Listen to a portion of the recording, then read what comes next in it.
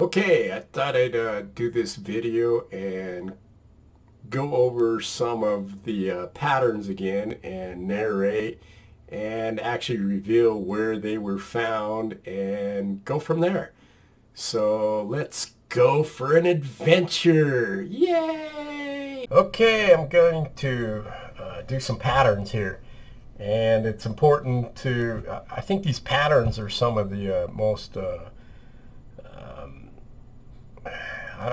convincing in my mind, because Forrest Fenn does so many coincidences and it's hard to pin them down. But this is quite a few of the same thing. And let's, just like the shoes and the tires, that's why we concentrate on those, is because they're all hard and coincidences, but if you get enough of the same thing, then you have something.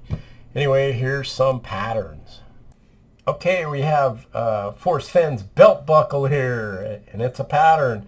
If you notice, this is the only stone in his belt buckle of turquoise that's red. It's the blaze. If you look at this, this is the original, the way the original map of the cemetery looked like. So right here we have boom, right in the corner. And then we have boom, right up there, And then we have boom, right there, which is right there. Okay, so here we have a pattern. Boom, boom, boom, boom, boom, boom. All right? And now you know where the pattern is. It's in the Yellowstone Cemetery, and this map is by Aubrey Haynes. He was the first historian of Yellowstone. So very, very good one. We'll go on to the next pattern.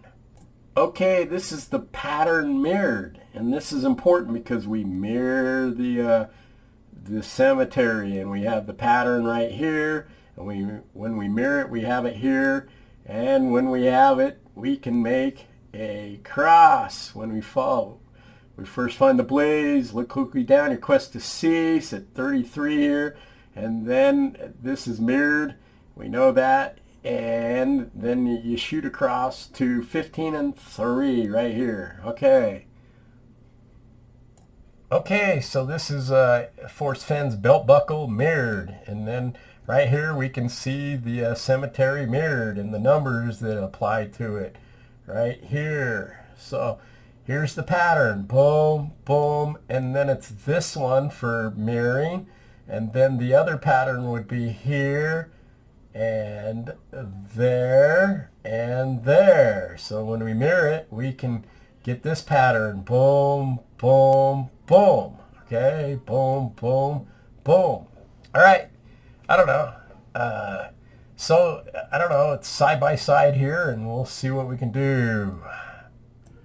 So if we come to page 18, we have the picture, and there's 3 teachers on each side, and teachers just happens to have an n number value too of 79. So that teachers are 79. There's 3 teachers on this side, 3 teachers on this side. That's 3. The end marker is number 3. So let me show you the pattern with all the kids taken out of. You can see it here. Boom, boom, boom. So just a second. Okay, that was on page 18, which is an end number, 15 and 3. 15 and 3 right here at the end. And then here's the pattern right here. Boom, boom, boom. And if we were to mirror this, the other pattern is right here. Boom, boom, and boom. So here's the pattern mirrored. And these are teachers, 3 of them and 3 of them. There's your 3 and there's your 3 right here. And if you were to cross these over, you would get the pattern both ways. Let's look at that.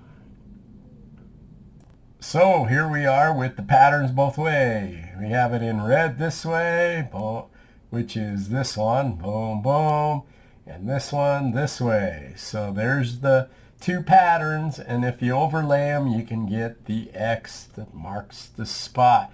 And X is the only letter in the poem that's not there, which is X. And that reminds me, if you were to take the poem here and line it up, and then you were to draw an X, it spells out idea, which is a thought, which is 66. Anyway, and then it ends up on the W here. And W is the 23rd letter of the alphabet, which correlates with the number value of end. The end right there. So right there gives you a hint that you're going to get an X. And there's one more. Let me show you a little another way when you mirror the poem. If you mirror the poem, then you can these number values of this letter and that letter is 10, and that one is 10, and an X is 10 in Roman numerals. And then the word value of gaze is 39, and that is 39 right here on this side. And if you take it from the corner through gaze as your blaze and shoot to the other side, you get a map of the cemetery mirrored, and you get your X that marks the spot. Anyway, it's just you got to have a little imagination, and that's important in this chase.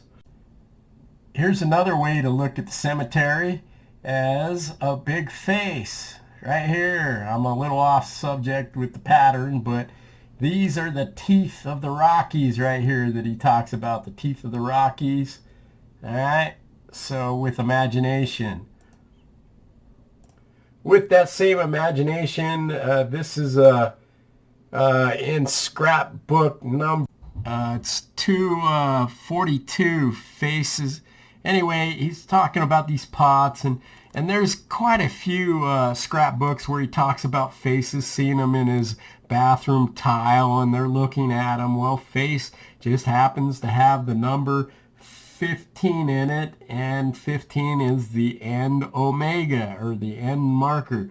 So right here is an example of face in the cemetery. Just a thought.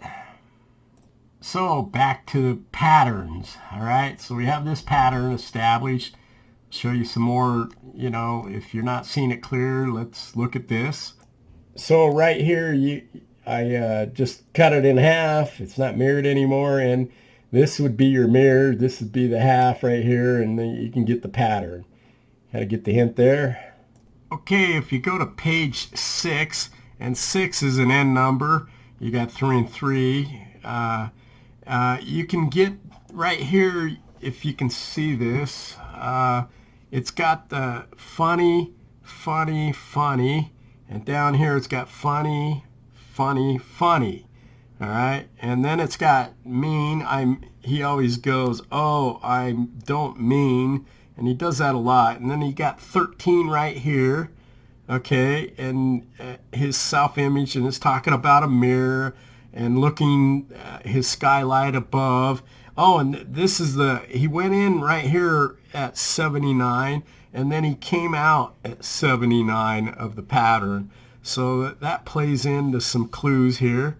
So let's look over here. Okay, so here's this page with most everything cut out, and you can get the pattern. You went in at 79, funny, funny, funny, and there's actually mean, which is 33 on each one of these bottom corners. You can look at that on page 6. It's a great pattern one.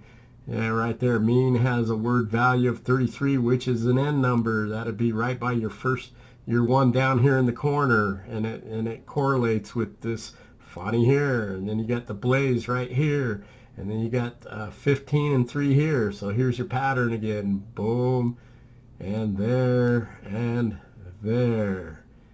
So and you need the pattern twice, so he does it twice.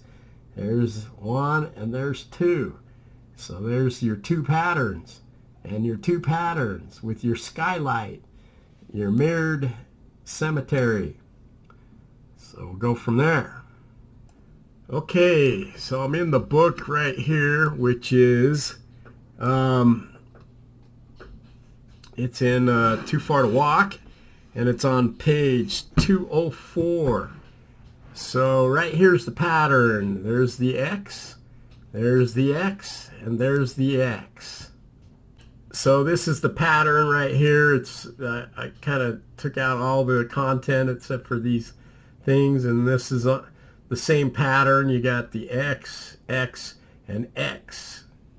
So X, X, and X, and here's the pattern here. X, X, and X. Pretty clear, I would think. And then if you know, of course, this is a mirrored of the cemetery mirrored, and then you have the pattern this way. X, X, and X. There you are. You know, these patterns are not just coincidences. It can't happen this many times and not be a clue. So here we are. In the book, Too Far to Walk, on page 153, which 15 and 3 would be the end number. You know, there's also the mirror here where he draws his face looking in a mirror. That's 15. That gets you to the end. Right here's the end, 15 and 3. That's the last omega. That's the last omega that you find. So, but back to the book, you can see the pattern here, there, and there. Well, okay, I got it wrong, but let's look at it. Okay, the pattern right here is same as over here. Boom, boom, boom. A little imagination, we can go. This is 33 down here in the corner. This is the blaze, 39 and 32. And this is 15 and 3 up here. And same here. And mirrored. So there's another pattern. And that's in Too Far to Walk on page 1553. So 15 and 3 gets you to right here. Okay, we have Once Upon a While, and this has got a pattern too.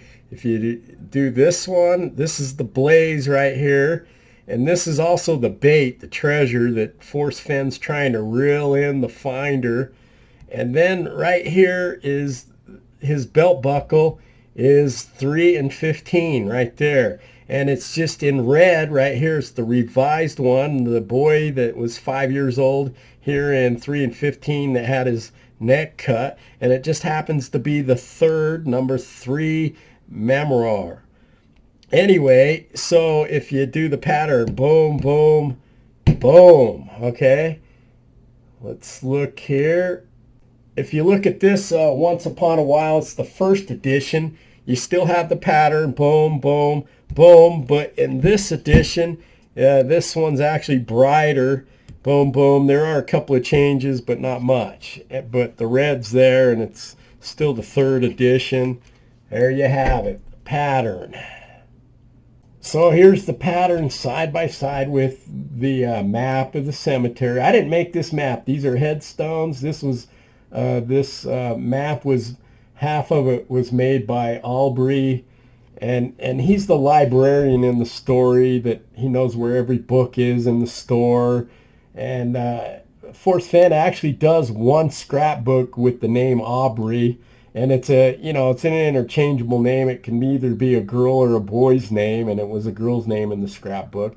And he only uses Wheelwright once when it's at the Wheelwright Museum, is where he got his belt buckler from the lady that was doing a show at the Wheelwright Museum. Anyway, these are some trivial facts, but you can see the pattern here.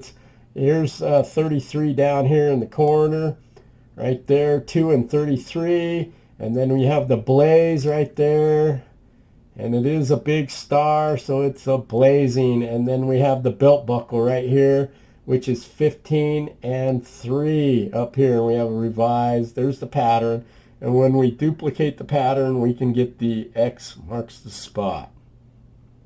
This one's pretty ingenious. This scrapbook 99, which is an N number, zero point 0.5 again. He plays with all the numbers in the scrapbooks, and in his books, his pages, all of it, those are hints. Okay, so here's the pattern again. Here's 33, there's the blaze, and there's 15 and 3. So here you got the pattern, boom, boom, and boom. So you got to have a little imagination, and this is, you know, it's pretty ingenious if you're trying to be subtle about giving out a hint here, and so I think it's a great one, you know. This is actually grave marker 33. It's in this wood fence, and I don't know how long that's been there. This is a nice looking, this is my spirit guide right here. Anyway, this is grave marker 33, the one with the wood fence around it. This is a searcher hot on the trail right there. And hopefully he obeys all the laws. Anyway, that's this marker down here in the corner. Just thought I'd throw that in.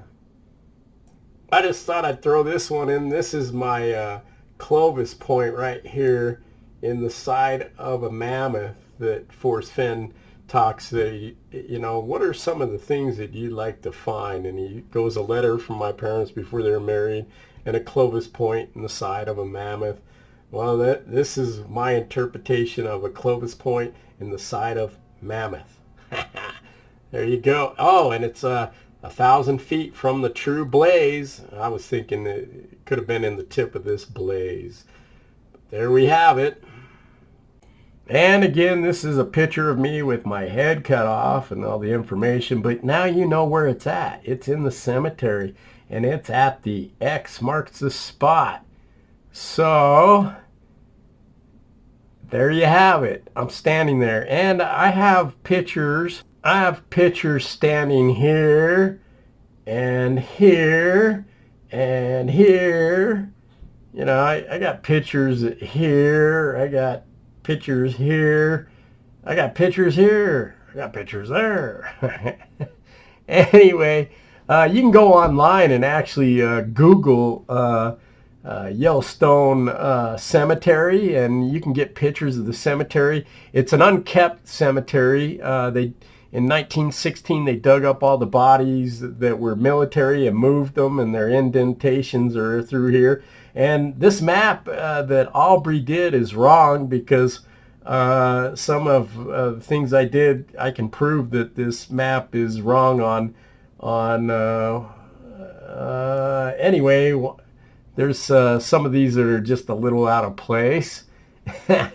Anyway, so that's some interesting information. Here's a bad picture of the blaze right here, and you can see the 33 with the fence around it down there in the winter time. And somebody was in there at winter looking at the blaze. They're not even my tracks. Well, that's about all. Keep smiling. Hopefully some of this makes sense to you, presented this way, and we'll go from there. Keep smiling.